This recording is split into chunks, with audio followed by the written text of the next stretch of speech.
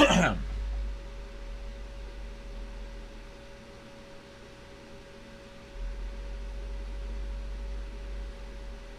we're live on Facebook, and welcome to all those listening in podcast land or YouTube later on in the show, or this week. Rich, how you doing today? I'm doing good, Mike. So it doesn't. Your video feed seems to be freaking out a little bit. Kind of does. Am I coming across okay on the audio side though? Yeah. Okay, that's good. That's what matters the most for Yep. our podcast listeners. So I'm doing good. My wife been helping my wife as we had to put her on the COVID IR. Ooh, Yeah. On the COVID IR this week. But I still have not. I'm not showing any symptoms. So I'm still good to go. Okay. So far. Okay. So yeah. Yeah, and baby turned a month yesterday. Nice. Yeah. Crazy to think that it's been a whole month. So, before we get started, let's talk about our headline topics for the show. First, we got our NASCAR corner. Then we're gonna keep making left turns as we go into baseball. Rich, what else do we got going on today? Mike, we'll be talking about a little bit about the NFL as the schedule came out this week, as well as some quick hits about the Oakland A's possibly no longer being in Oakland, and a couple other topics, I think, and the NBA playoffs start up before we will go on air next week. Yeah, all that and so much more. But first, I have to get it ready so that I can make that statement that I make every week. It's time to roll the intro.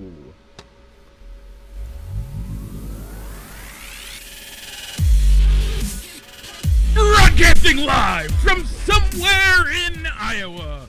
This is Balls and Sticks, the podcast, with your hosts, Mike and Rich.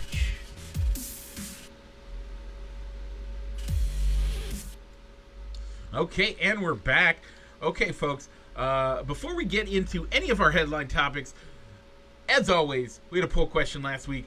Man, Rich, this was a I think I did it. Was this a complete one-sided match? I don't think one of them got any votes.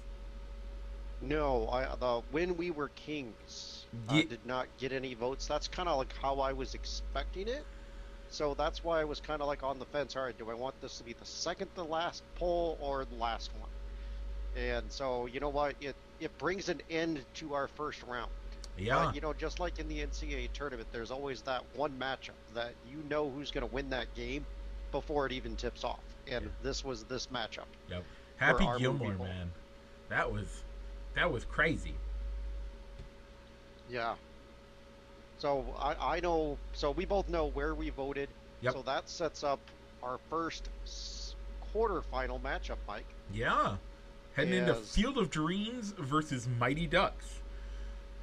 Are you? That's right. Are you cheering for the Quack Pack, or are you cheering for the Field of Dreams? Well, I know where I'm voting. Okay. But that's a topic for next week, Mike. Yeah. Nope, I agree. So look for that to go live around 12:30, hopefully. Yeah, we're getting ready for. So, anything? Well, Mike, before we go on, Mike, since we do potentially have new listeners that could be hearing our show for the first time through YouTube, Mike, why don't you tell the folks out there how they can find our poll questions and vote on them, Mike? Yeah, so if you want to participate in the poll questions, jump over to facebook.com/fans of Balls and Sticks. It's on our fan page. If you go to our regular facebook.com/balls and sticks, you can get linked to the fan page. Also, if you're on the fan page and you want to check out the show every week at this same basic time, you can jump over to facebook.com/fans of Balls and Sticks, and it's linked to the Balls and Sticks page. Either way, check it out. You can catch it there. That's where our poll questions are every week. Also, if you follow Rich or I on those on Facebook only, we've stopped putting those poll questions on Twitter, but we got other Twitter poll questions for you. Those Hmm. have been going good. Maybe we'll talk about those in our quick hits if we have some Okay. time. Um, I'm sure we will. so, yeah, check it out at Fans of Balls and Sticks on Facebook.com. So, Rich, do you see what's coming up ahead? Is it a left turn? It is, and do you see what's after that? Is it another one? Because we're heading into the NASCAR corner.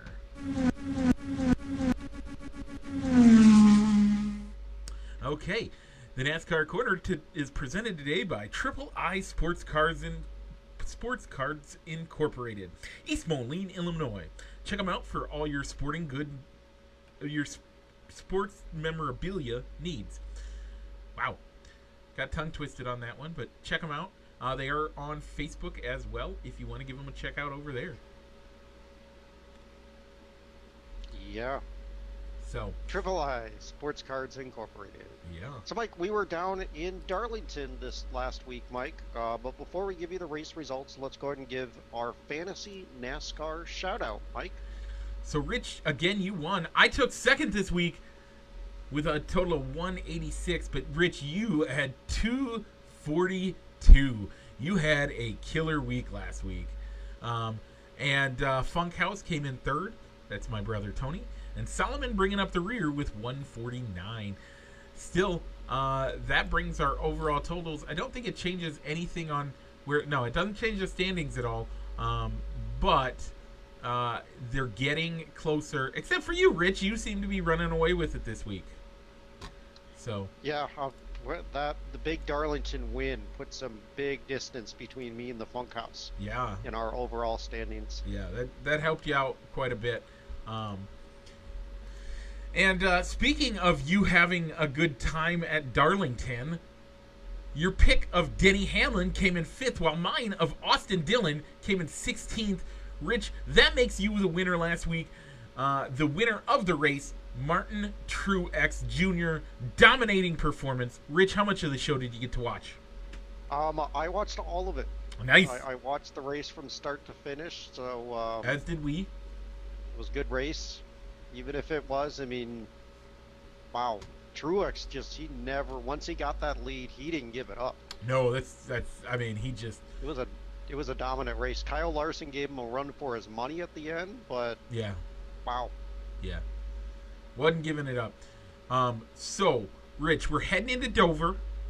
Hmm. Do you have any advice from your research of what to do with your fantasy guys? Seems how you won you are just kicking butt in fantasy. What is your advice for fantasy people? And I like to look at track history. Okay. When I'm looking at it. So the guys that I have anchoring my lineup, they might not, is Kevin Harvick and Martin Truex, two guys that have just dominated at that track in their history. And trying to see who else did I put in my fantasy lineup real quick for this week. Maybe also Kyle Larson. Look out for Kyle Larson at this track. And yeah, Yeah. those would be the three guys that I would say anchor your lineup around. I as well. I can't say you're wrong on any of those picks. I would say look out for Tyler Reddick as a sleeper. And I mean, the Joe Gibbs cars are just looking great right now. So any of the Joe Gibbs cars could do well. Okay. All right, Mike. So the Dryden 400 down at Dover, the Monster Mile. We decided pre-show who we were picking. So Mike, I'll let you go first by giving the viewers who your pick to win is. I'm going with Denny Hamlin. Denny Hamlin, a good pick. I'm gonna go with last week's winner, Martin Truex Jr. I said looking at track history, this in the Fantasy NASCAR app, which I think goes through 2014 on forward, it shows that he has never finished worse than 15th at this race during the Wow. spring or the fall race. So I'm going with Martin Truex. I don't know if he'll win, but He just needs to finish higher than Denny Hamlin. Yeah, that's all you need him to do to get the W in that. Um, Rich, anything else to look out for this week before we head out of the NASCAR corner and into the baseball diamond? I don't think so. You can catch the race over on FS1 on Sunday. And heading out of the NASCAR corner, brought to you today by Triple I Sports Cards Incorporated, East Moline, Illinois. Heading over to the baseball diamond.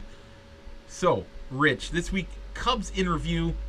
Not as good as I thought they'd do. I think you did pretty good on your guess. You gave them a little bit better than I did, or you were a little bit closer, but still, a 2-3 record this week. I think you had them only losing one game. I had it opposite. I had them going 3-2. Yeah. So, the story of this week seemed to be not hitting with runners in scoring position. They had a ton of chances in the Cleveland series. I mean, hasn't that been the whole season? Yeah, it really has. It's totally been the whole season for them.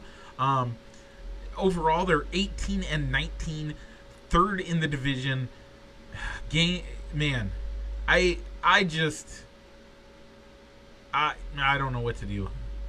Yeah, the injury bug is starting to hit the Cubs, though, as this week you saw Ian Happ's not back after taking a nasty collision with him and Nico Horner, and you saw Jake Marisnick get hurt, Jason Hayward kind of pulling up, and Chris Bryant having to leave the game, being under the weather and then getting hit by a pitch. But he seems to be okay, as he came back last night and had a nice game in the Motor City, though. So, Rich, after we're almost halfway to the trade deadline. Start of the season to the trade deadline. We're about halfway there. Okay. Who should they trade? Who should they keep?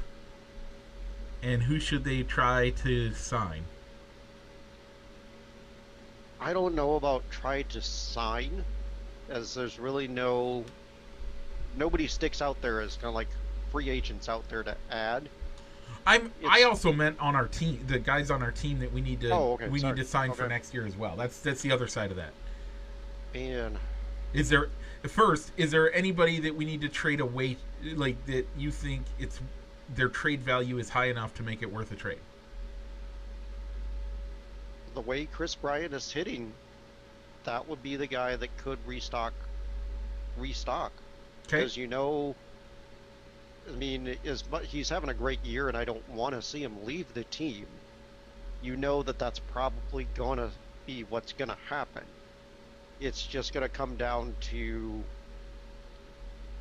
are you going to get a package good enough to justify trading him? Do you think it could be a rental, or is it he's gone for good?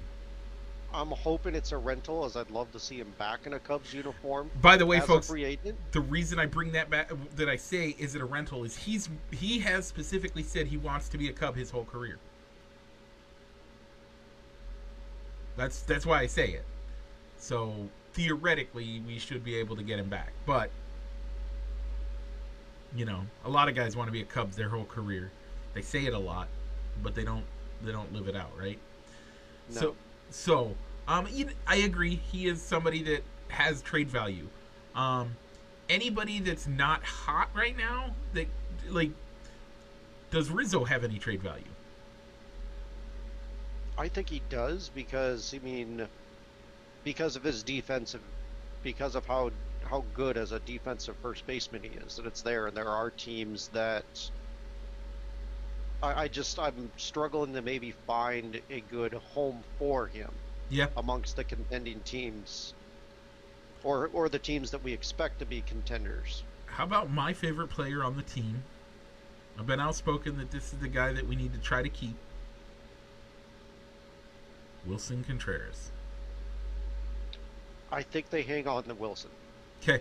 Long term or just this year? At least this year. Okay. I don't know where he's at long term. If Okay. they don't have a good right that could easily step in and get behind the dish and be a solid contributor for the lineup every day. I don't think they have that replacement on the roster just yet. And to where I think there would be a major hole if they decided to trade him at the highest value. What do you think of Javi? Does Javi survive the entire year? That's one that's scary. I,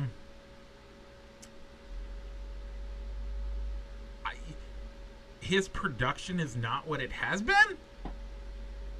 He does not look like the player that everybody thought was the greatest shortstop we've seen in 20 years. His defensive play has been, but his offensive play has been lacking. It has been very inconsistent. And honestly, most teams are playing this Moneyball concept, and they're saying that they. I'm formulating this in my head, but would you agree that the Major League Baseball is starting to head towards the same route that the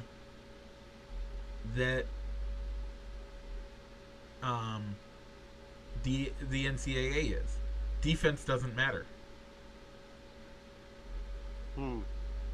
If you I still think defense matters, but it's that but at least that they're okay putting a guy in the lineup that's a 3-result player, yeah, which is a home run, a strikeout, or a walk. They're okay sacrificing batting average if you can put up power numbers.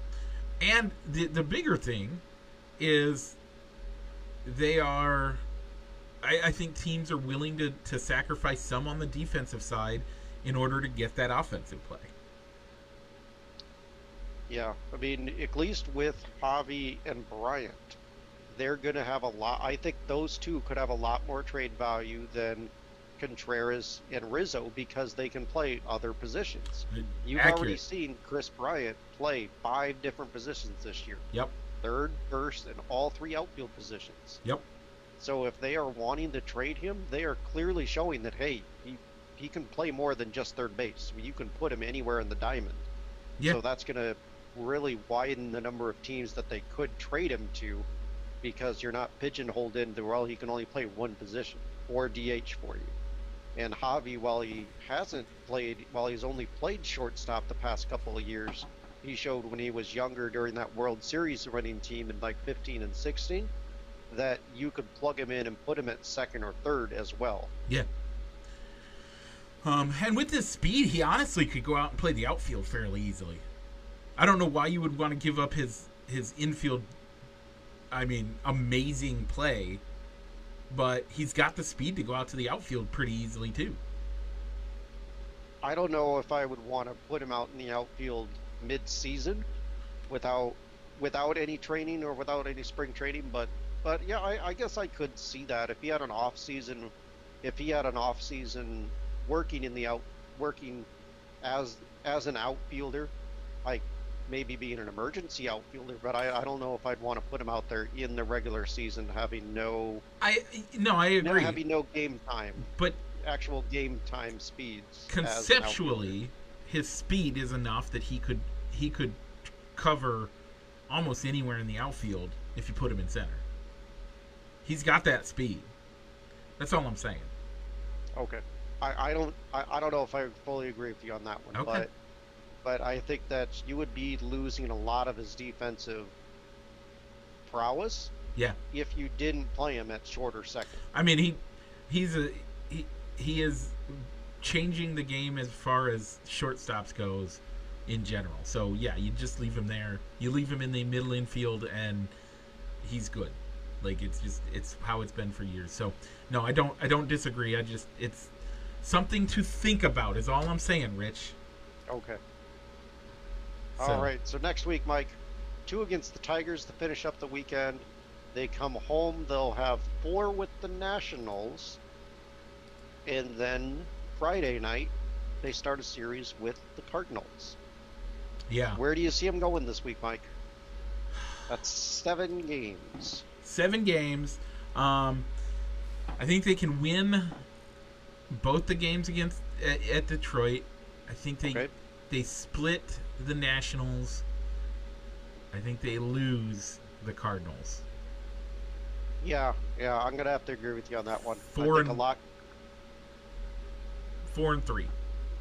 You're going 4-3. 4 wins, 3 losses. Hmm. Okay, that's a roller coaster week. Yeah, I think that's the best possible outcome. That's the best possible outcome, by the way, folks.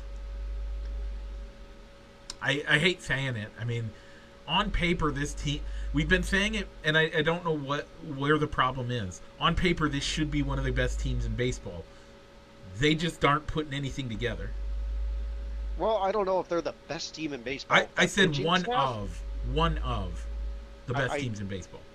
I don't know. I can't even go that far, Mike. If they had better starting pitching, yes, I'd say on paper you could say that they're one of the best teams in baseball.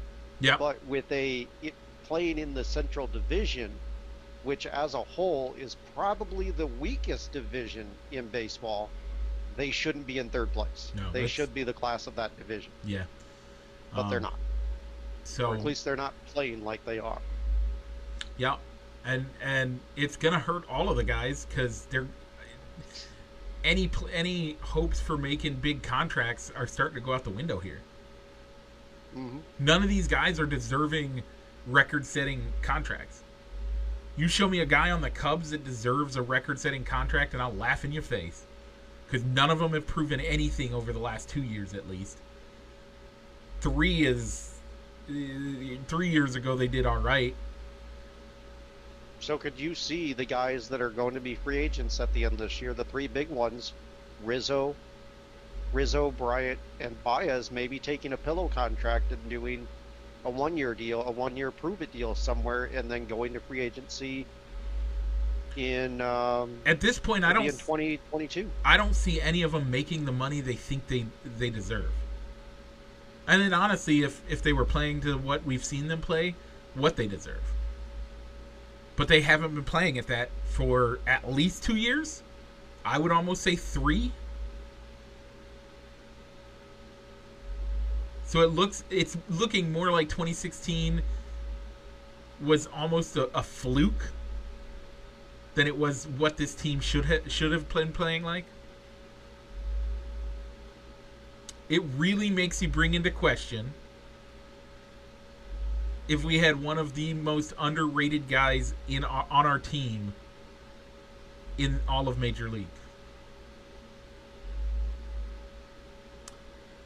Zobrist. Since he's had his issues over the last 2 years and retired from baseball, he retired this last year, but 2 years ago was when he didn't play the entire season because of being in the middle of a divorce.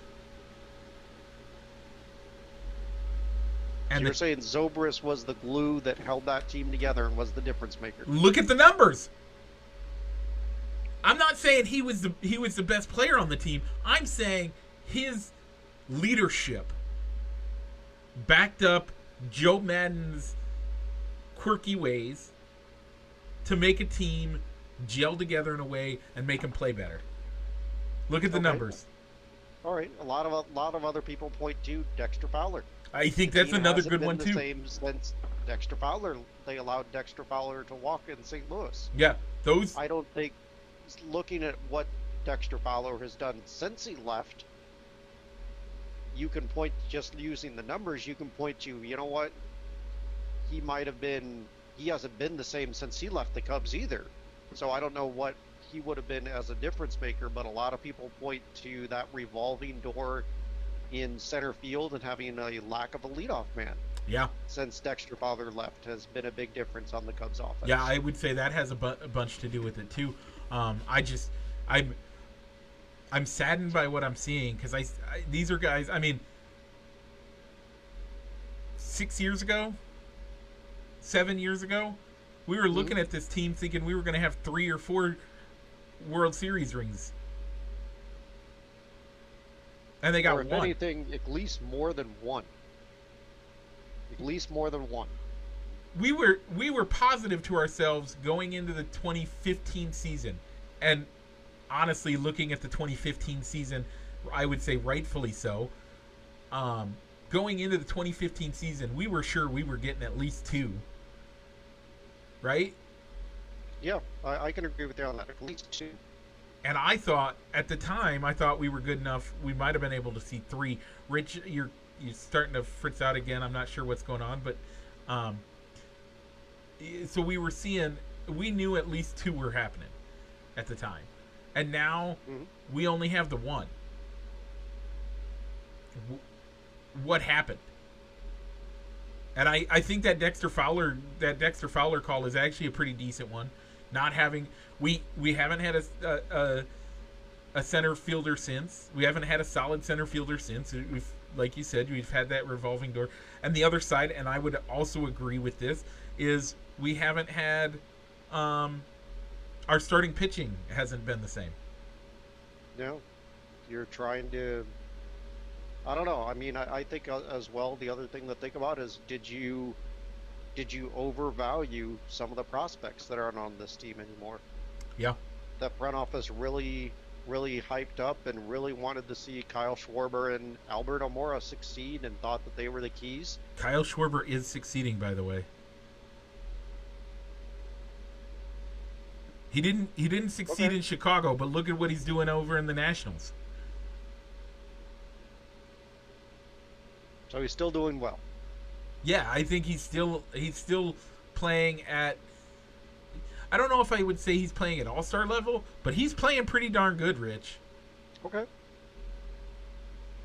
So I don't know. I mean, but I think the really key thing is while they really hit or really valued wanting to get middle infield or the best hitting prospects available, the inability to develop pitchers to come up through the minor leagues to fill holes is really starting to hit them hard. Yeah, I having to trade away those young position players to get pitchers in return. I totally agree, Rich. I think you're hitting the nail right on the head there.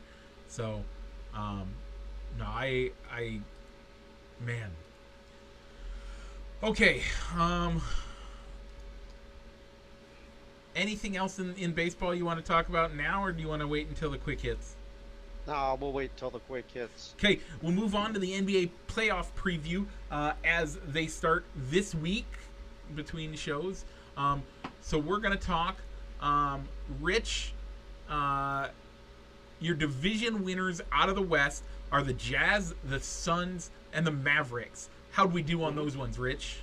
Well, we got the Mavericks right. We did not get the Northwest right, as I picked Denver, who came in second in the division, I think. You picked the OKC Thunder, who had the third worst record in all of the league. Second worst in the worst in the conference. Okay, third overall in the NBA. Yeah. And we both picked the Lakers out west, where it's looking like they're not. They could be in the play-in tournament. But I don't think the problem was. I think the problem has been injuries. You can't predict injuries, folks. So no, you cannot.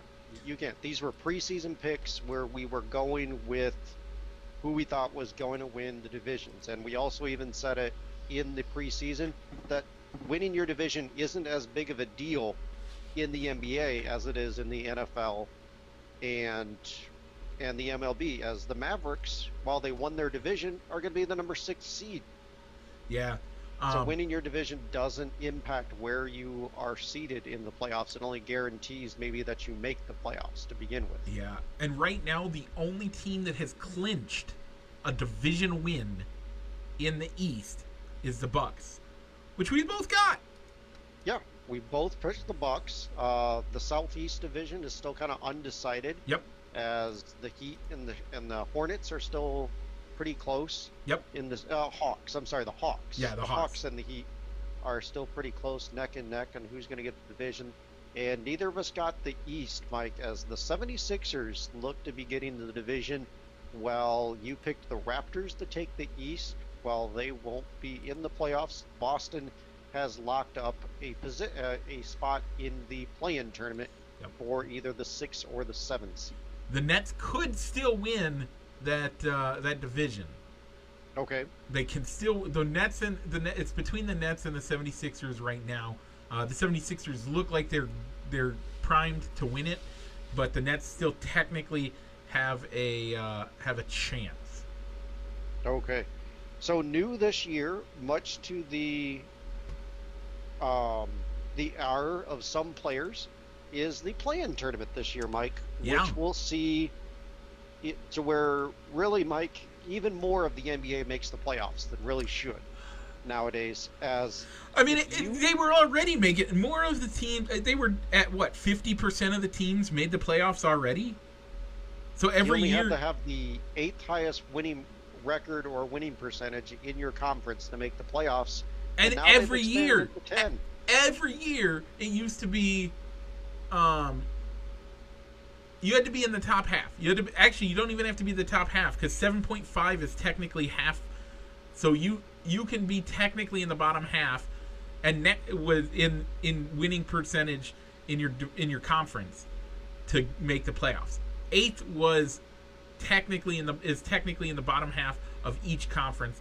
They've made it even worse. They moved it down to 10. That means worse teams. The Wizards at 33 and 38. They have a 465 winning percentage. Yeah. The Indiana Pacers and the Hornets, 33 and 37. They're both playoff bound. The Spurs the Spurs are 33 and 37. How is this acceptable? I think I don't love the NCAA. I never have. It's something we've talked about on here.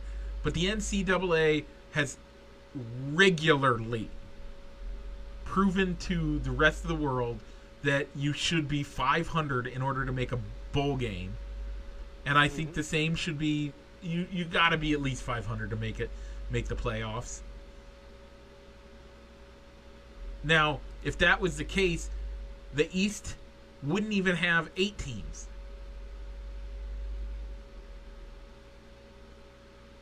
Wouldn't even have 8 teams.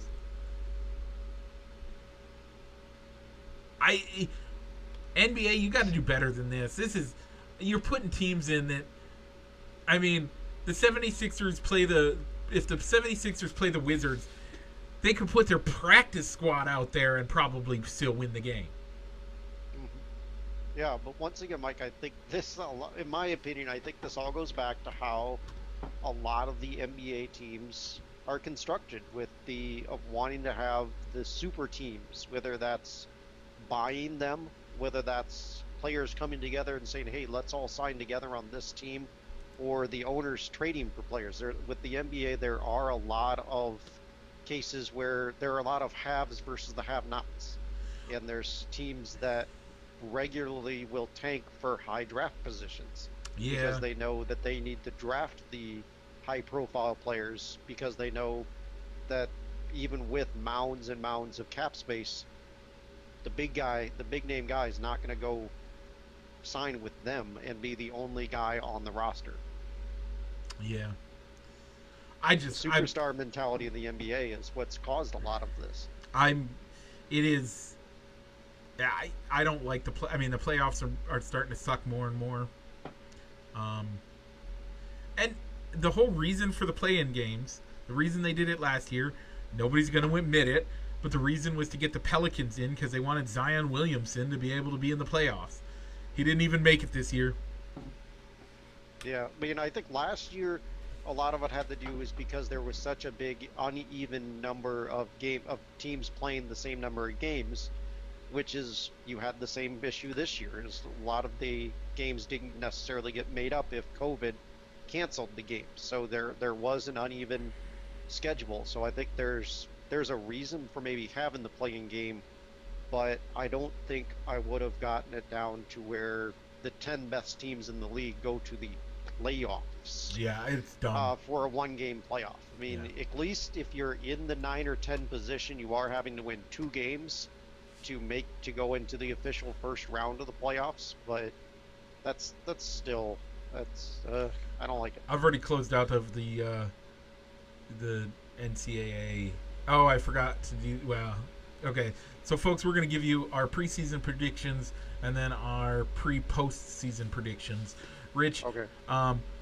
you picked the Nets and the Bucks in the Eastern Conference Finals. Are you sticking with that? I am not. I'm not. I'm gonna say that Kevin Durant and the Nets beat the 76ers to go into the NBA Finals. Okay, so you're sticking with the Nets representing the East, um, but you're changing that the 76ers are going to be in there.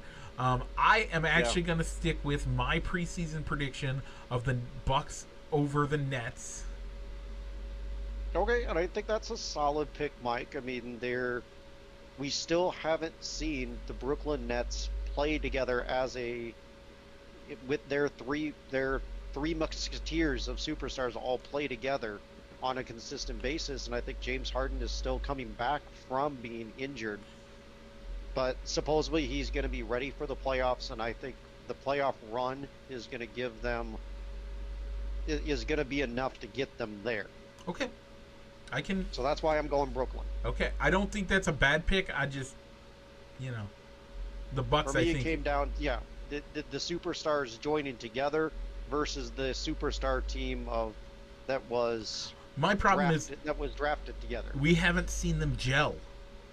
We haven't seen the Nets do anything like every time they've been on. They don't have a great history of being a great team with those three guys. So I can't, not gonna do it. Okay. Moving over to the West, Rich, we both picked the Lakers over the Clippers. Is that gonna be how it goes? Man, this is about such a tough one for me to pick because Okay. so much of the Western Conference could change by close of business on Sunday when the final regular season game is played, as you could have the Lakers being in the playoff tournament or they're as the number 6 seed, or you could have the Clippers being the number 3 seed, or they could stay in the number 4 seed where they're currently at. Yeah. I mean, if you're the Western Conference number 1 or 2 seed in Utah or Phoenix, would you want to face LA or Golden State in round number 1?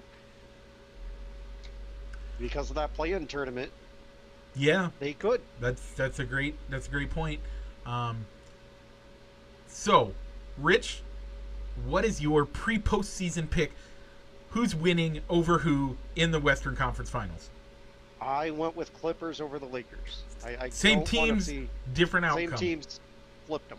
Okay, I actually don't have the same teams. I have the Jazz beating the Clippers. I kept the Clippers in there, but I don't think they're going to win. The Jazz are amazing this year. Look for them to win the Western Conference Finals. Rich, what do you think? So your prediction is the Nets versus the Clippers. Is that correct? That's who I put in the finals. Okay. And I'm gonna say the Nets with the amount of superstars on that team, I think they can come together and get that win. Okay. I am putting the Bucks versus the Jazz. Okay. The Bucks are going to win. All right. Giannis gets the championship. Giannis gets his championship. So, folks, stay tuned. We probably won't cover as much of it as we probably should, but we'll cover a bit of it. Yeah. Not really big NBA fans. Nope. Okay. So I think what we got next, schedule was released for the NFL. Let's start with there's going to be Tampa Bay gets to start the season and gets to play a team that means they're going to have the highest rated regular season game we've seen. I'm putting it out there. The highest ratings for a regular season game is going to be made this year. Okay.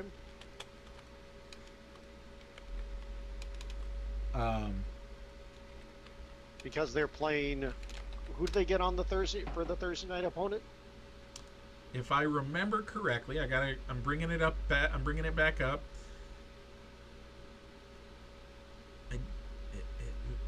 not that game. The Cowboys that is not the game that's going to be the their opener. Is it their game against the Patriots? Their game against the New England Patriots will be the highest ratings we've seen in an NFL regular season game. Yeah. Wow. I mean, tell me I'm wrong. That's October 3rd, so that's a Sunday night game. Okay. What else are you doing on a Sunday night? Watching NBC football. Okay. Watching the football on the NBC. So that's that. 2, it's Tom Brady versus the Patriots. Boom, more reason that the ratings are going to be higher. It's October, so it's going to be a nice day in New England. They currently are saying limited in-person attendance. I'm going to say by then they'll at least be at 75%, if not 100% full capacity. Yeah. So did the Boston crowd boo him, or will they cheer him? That's a good question. My question is Crafty and Tom Brady going to kiss on the lips? You know they like to do that.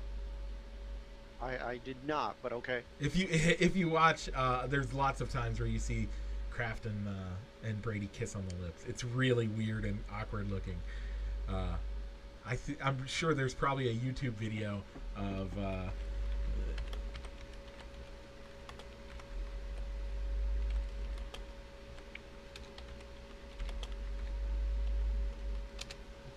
Yeah, I did not consider that, so I didn't take too big of a look at the schedule.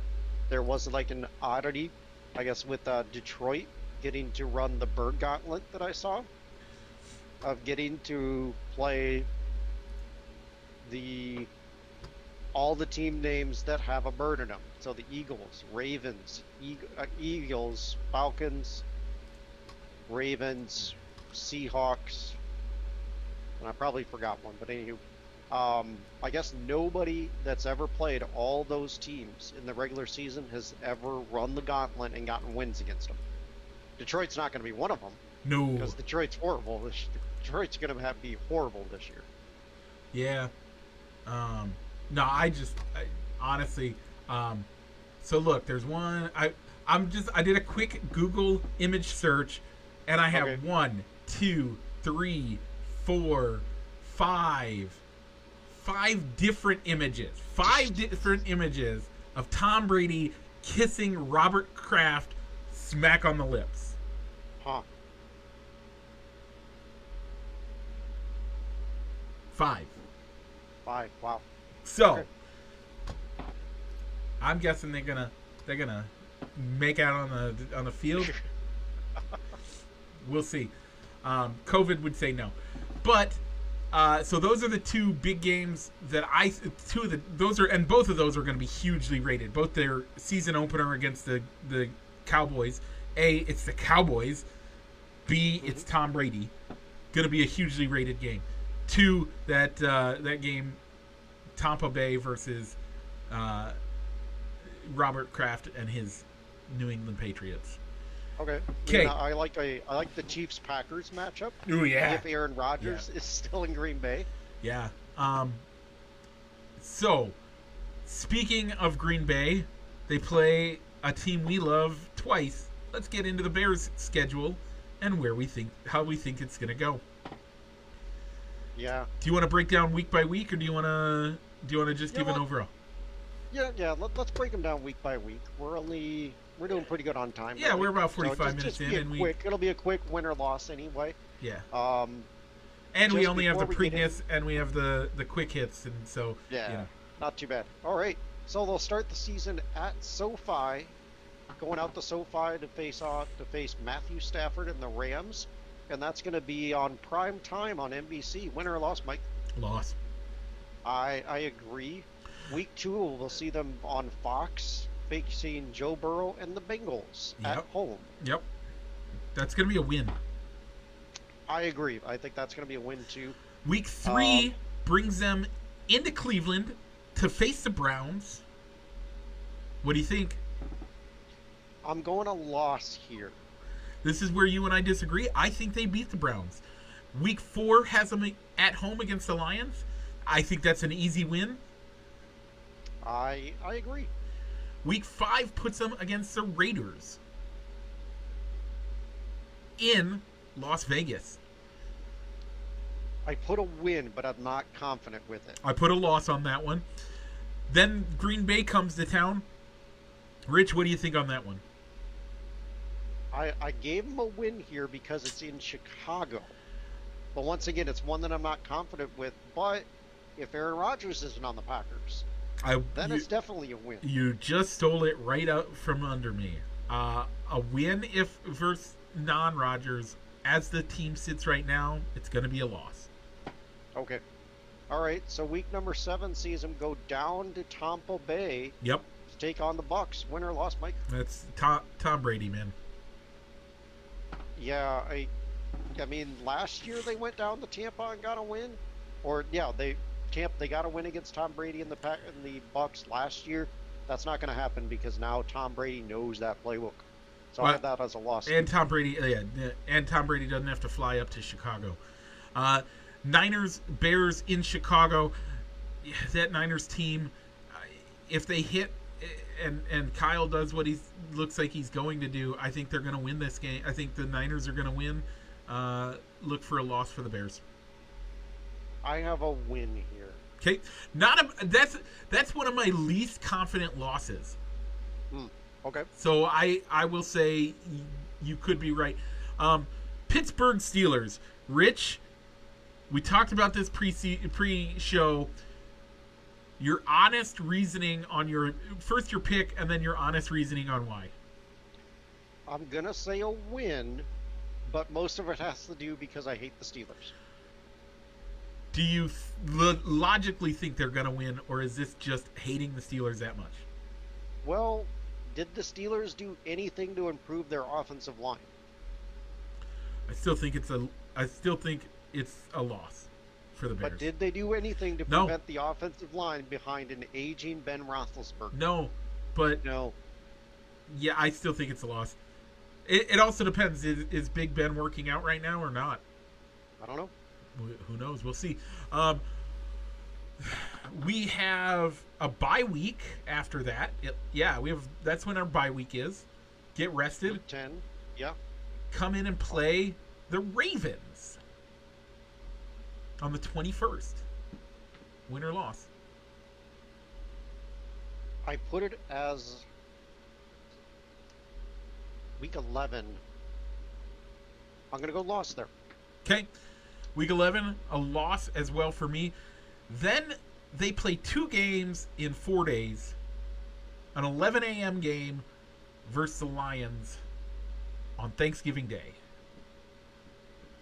What's that look like? That's going to be a win. I agree. And then we play Arizona in Chicago. Is Arizona going to be able to handle the cold that comes with December 5th in Chicago? I'm giving them a loss in this game because I think I like what Arizona has done this offseason. I don't think it's going to be freezing cold on December 5th. By the way, after we get through this, I'm going to ask you another question that has to do with the Bears. I put them as a win here. I think it's going to be fine. Arizona's going to freeze up, literally, and we're going to see the Bears walk off the field with a win. Then they go into Green Bay. Oh, man. How's that going to go down, Rich? I have that as a loss. I agree. Not going to Green Bay. That's going to be a loss. And it's a night game, by the way. Who thought it was a good idea to put a night game on a Sunday night? A Sunday night game in Green Bay in December. That's going to be a cold game. Bears are still going to lose it. Then the Vikings come into town on the 20th. What are you thinking on that one, Rich? I'm going to give that a win against the Vikings. I do have that Vikings game as a win. That Vikings game is a win. After that, they fly out to the West Coast again, hang out in Seattle for another. By the way, that the 20th is a Monday night game. Really? Okay. Yeah. So they go out to Seattle for a 3:05 game in Seattle. What do you got that one going down as, Rich? 15. Oh, wow. Being in Seattle, I'm going to go a loss in Seattle. Then we have Green Bay, or then we have the New York Giants coming to Chicago. That's a win. By the way, Yeah, I also had too. Seattle as a loss as well. And then going up to Minnesota, I have that as a loss. I think they can sweep the series against Minnesota and get a win there. Okay. So, folks, that is our predictions. We have them in Rich. We both wrote them down. So that means that Rich, you have them at 11-6, correct? Yeah, 11-6. I'm not. It's not a confident 11-6. Does but so 11-6? Does that win the division?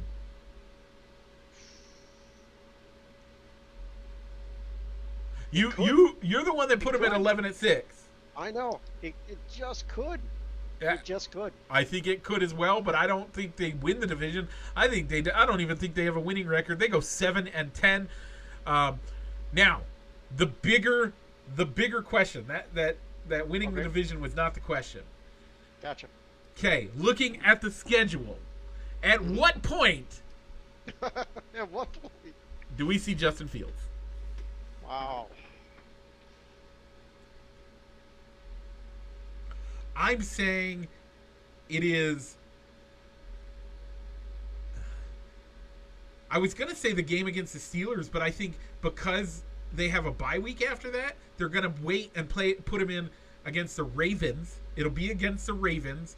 That's going to be the first game he comes back because, again, it's the first game after the bye week.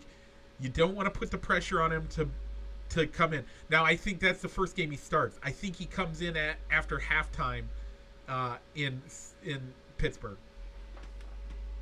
You know, I wasn't prepared for the question, but just looking at the schedule, I don't think they'd want to make. I don't think that they would want him having the pressure of having his first game be against Green Bay or Tampa Bay. I could see San Francisco. Okay. Halftime of the San Francisco game, and then he has a full week with an extra day before playing on Monday night to get ready for the Monday night game against Pittsburgh. Okay. But I still stand by my comment that this team might redshirt him and have him follow the same path that Pat Mahomes did. You can make that. You can say that that's what you actually think it's going to be. We don't see him this year. Yeah, that is an acceptable answer, Rich. I didn't ask if what game he was going to start. I said, when do you think we're going to see him? If you don't think we're going to see him this year, you stand on that. Be confident. You've been saying it all. You've been saying it since we drafted him. Are you standing on that, or are you going to say the San Francisco game? I think it would be better long term for him to redshirt, but I think between the media market and the fan base saying that, hey, it's Andy Dalton sucks, or Andy Dalton's not getting us the win, let's see what Justin Fields can do. I think that's what's going to cause him to get into that ball game, and his first start being against the Steelers on Monday night. Okay, now we are sitting at 53 minutes, so we do have a couple of quick hits and a horse race to talk about, the Preakness. And let's first get into the story behind the Kentucky Derby. The Derby champ, Medina Spirit, is facing a disqualification after a elevated level of an anti-inflammatory drug that has been banned, or that it is a legal drug for them to use. Yes. But within certain limits. Within a certain limit. The amount that was in his system, which, by the way, apparently is contaminant level traces, according to Bob Baffert, if you listen to him. But as of right now, Bob Baffert is being banned from entering horses in the Kentucky Derby because of this. He went scorched earth and said he thought somebody was sabotaging him. He went scorched earth and said he thinks they're being unfairly targeted by horse racing. And then the next day, and he flat out said, we have never used this substance. Mm-hmm. And then the next day he comes out and says, well, apparently we have this cream for this dermatitis that has this in it, and so we actually did use it, but I think we're okay because it was such a low amount. I'm gonna challenge the blah blah blah. You cheated, Bob. You got caught. Deal with it. Yeah, I didn't agree with him too of using the words of this is just culture, cancel culture. Oh, overreacting. Overreacting. It's like, no. Yeah, good showing on the Dan Patrick show of him trying to say he's being framed, he's being canceled, blah blah blah, and then all of a sudden the next day it's nope. I admit it. We use this stuff. I didn't know that we were using it. Is he incompetent or is he a cheater? That's the question. I think he's both. Yeah, trying to be overconfident. I mean, I think that you could have gone and made that statement if you hadn't gone all scorched earth when the punishment came out of trying to defend yourself and saying, no, that's not us. It didn't have any effect on the racehorses, or saying that, well, yeah, I mean, it caused that tainted because another horse went into the hay that my horse was eating, and that's what caused the elevated levels. It wasn't our fault. Yeah, it's an ugly look, and a black eye on Bob Baffert and his lengthy career, which apparently has had multiple incidences of cheating scandals that have not fully come to light until recently.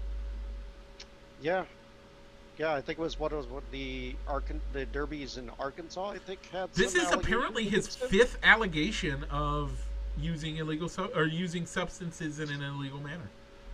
Hmm. Okay, so with that being said, we do have the Preakness being run today. Rich, who are you picking? I'm gonna go with Crowded Trade, going off at 10-1. Okay, I am going less of a long shot and going with Midnight Bourbon because right. I could use a Midnight Bourbon. Yeah, I was expecting you to go with Midnight Bourbon in the Derby last week as well, just based off of the name. So you can catch that race over on NBC this afternoon. And now, Mike, let's go to some quick hits. Which Mike, one of these? I'll do the first one, and I'll try not to go super long on it. Tim Tebow has been signed to a 1-year deal with the Jacksonville Jaguars as a tight end, and people are in outrage that he's doing it, that the team signed him when other people could have gotten that position. Rich, good, bad, ugly, and or is it a problem? And yeah, I don't see it as a problem. I kind of wonder why it took him so long to come off his high horse of, no, I'm a quarterback. I'm not going to play for you if I can't play quarterback. Yep, that's a great point. Magically says that, tight end, I'm good. I mean, if anything, he owes Taysom Hill a big thank you for showing that maybe a marginal quarterback who can also be used as kind of like a gadget player can have a valid role on the team. Yep. So I would also argue. Here's the big thing. He got a 1-year deal, yes, but those 1-year deals happen all the time. Basically, he's getting signed to the 90-man roster to get brought into training camp. He hasn't made the team yet. No, exactly. He hasn't made the team yet, and you're flipping out that this is racist? You're gonna say that he's getting signed and Colin Kaepernick, that's another thing I've seen this week. Timeout, people. Colin's not willing to give up the dream of being a starting quarterback. Colin has not been playing professional athletics. Yes, it's the minor leagues, but the minor leagues is not anything to bat an eye at. especially the fact that he got up to AAA and was going to be on their AAA roster this year. Tim Tebow getting signed right now, there's nothing to it. I don't know why anybody's making a big deal out of it. Let's see what happens if he makes the 43-man roster. That's a huge deal. If he makes the 43-man roster, two things. There's two options here. One, either he deserves to be on the 43-man roster, or two, he doesn't. If he doesn't, then we can make a deal out of it. But if he makes the 43-man roster, let's see how they use him when the season starts. Let's not start throwing things at him for saying, "Oh, well, you signed Tim Tebow because it's white." No, you gotta slow down on this. Maybe he could be good enough. You know that he had to reshape his body to play baseball? Ask Bo Jackson what it takes to be in baseball and football at the same time. It's crazy. The speed that you have to play in baseball, even at the AAA level, is ridiculous. So he's had to improve his speed. He was still decently fast, but now he had to have gotten better. I don't think that it's a big deal. Let's see what happens if he gets to the 43-man roster. That's the big thing for me. Yeah. Rich, totally agree, Mike. Let's wait to see if he makes the team. Then you could make an argument of he didn't deserve it, or he's only getting this chance because he has this past relationship with Urban Meyer. All right. And if he makes it, he makes it. Let's see what happens there. All right, and the final thing, the Oakland A's have received permission from Major League Baseball to look into relocating if a new stadium agreement can't be reached with the city of Oakland. Yeah. This is a tough one. I think there's been a lot of... The A's have not been... there's been a lot of proposals that have died with the A's getting a better stadium situation with the city of Oakland. Every one of them has died. Yeah. Here's some things to think about. First, it's Oakland. They've been playing in the Coliseum for how long? Since the 60s. That place is done. Get out of there. It's a dump. I'm going to say, good on them for looking. I'm going to say they're going to get close to a deal with another city. Oakland's going to say, okay, come on. We made this deal. We'll put up the stadium for you. I think that's going to be what happens. So where do you think they should go, Rich? Well, that's a tough one. The rumored cities that I've seen are the Charlotte, North Carolina area. Yep. Nashville, Tennessee. Okay. San Antonio or Austin, Texas. Yep. And I've seen Portland or Vegas as options. Portland and Vegas are the two that I think are the leading candidates. I have a third one. Okay. Des Moines. Des Moines, Iowa. Des Moines, no. Come on, bring them to Des Moines. Des Moines. No, they won't come to Des Moines, but I thought it was funny. I actually made that argument about Des Moines, Iowa. Would be a great place. Because the S's are silent, but the city is buzzing. That's right. I've seen Vancouver, BC as a possible place, or Montreal. I like Montreal. If Montreal's willing to bring them in and give them a stadium, let's do it. I love that one. So, okay, folks. I think I like your idea. I think it's ultimately Oakland is going to work. They'll work it out and they'll stay in Oakland. Yeah. Worst case, I think they end up going to San Jose, which is only 45 minutes away. They've tried that one, Mike, and the Giants put the kibosh on it because that's within their territorial rights, and they won't give it up. Oh, okay. Well, they've tried that. Okay. Well, folks, that is our show this week. We have no shout-outs to give for comments. But, folks, if you want to give a comment, check us out. 10:30s. We try to do the show most every week at 10:30. Check us out at facebook.com/ballsandsticks to podcast. Facebook.com/ballsandsticks to find our podcast page. If you want to participate in our poll questions, once again, go to facebook.com/fansofballsandsticks. If you want to watch the video, you can do it at the Facebook page or now on YouTube, like Rich alluded to earlier. Rich, let's say they don't want to see our ugly mugs. What should they do? They can look for our podcast anywhere where you find your favorite podcasts. Just search for Balls and Sticks, and you can take us on the road. Yep. Look for Rich and mine's pretty face. If you find a pink background, that is a different show. So giving you the heads up on that. And finally, I have one shout out to give. Thursday was friend of the show, Solomon's birthday. So Solomon Stroop, happy birthday. And we will see you next week, everybody. Rich, you got anything? Happy anniversary to my in-laws, Karen and Ron, who celebrated their anniversary this past week. Yep. So thanks, folks. God bless. And Rich, you know what it's time to do? It's time to roll the outro. Yes, it is.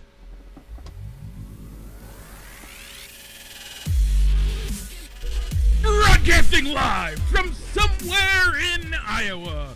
This is Balls and Sticks, the podcast, with your hosts, Mike and Rich.